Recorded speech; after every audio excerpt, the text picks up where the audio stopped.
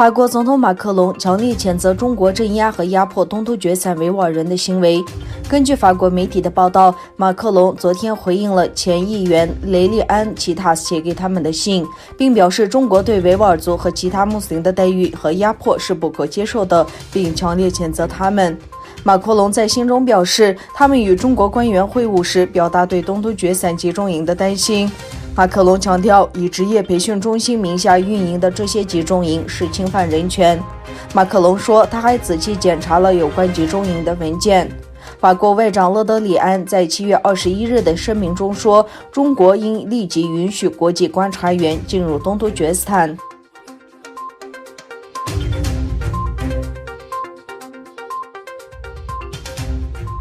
在星期天晚上，在土耳其阿克电视台播放的 Vision 节目中，讨论了中国在东突厥散的破坏和种族灭绝。世界维吾尔代表大会主席多鲁格埃沙通过视频方式参加了节目。参加节目的客人还包括东突厥散基金会秘书长以及集中营受害者在土耳其的亲属。访谈中讨论了东突厥散当前局势，同时集中营受害者亲属麦热姆苏丹、麦格菲艾敏和苏比努尔欧班尔江谈到了他们的家人和亲戚在东突厥散遭受的经历。节目中讨论了中国在东突厥散以所谓的职业培训的名义建立的集中营，以及最近加剧的维吾尔族种族灭绝。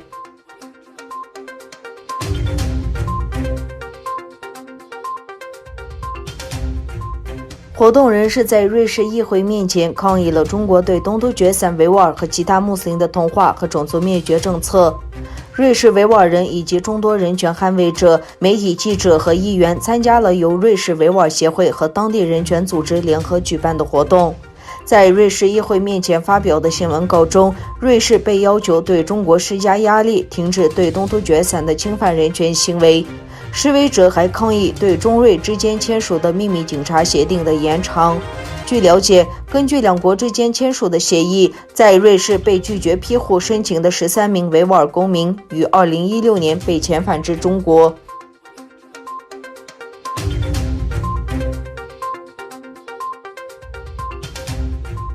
知情人士向《纽约时报》透露，中国政府已经停发续签记者证给部分在中国工作的美国新闻记者，甚至暗示，如果特朗普政府对中国驻美国媒体员工采取进一步行动，可能会相对应驱逐这些美国记者。几位记者说，总共有4家机构的至少5名记者受到影响，其中包括 CNN 在中国唯一一名记者卡尔菲。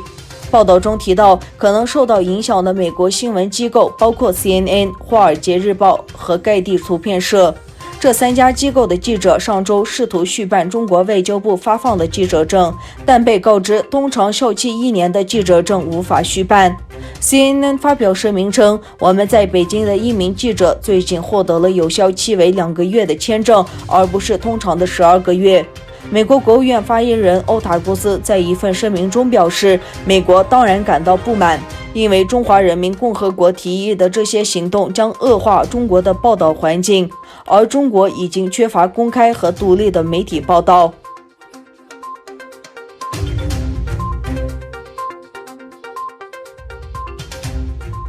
白俄罗斯一名首要反对派成员玛利亚·克里斯尼科娃，据报道星期一在明斯克被不明身份的男子抓走。一位目击者星期一对白俄罗斯网站说，他看到一些便衣男子把克里斯尼科娃逼入一辆小车，然后驾车离去。由3位女子组成的反对派协调委员会试图在8月的选举中击败卢卡申科。克里斯尼科娃是他们3人中最后一位仍在白俄罗斯境内的。卢卡申科被宣布为选举胜利者，但是反对党派都说选举舞弊。卢卡申科自从1994年以来一直掌权。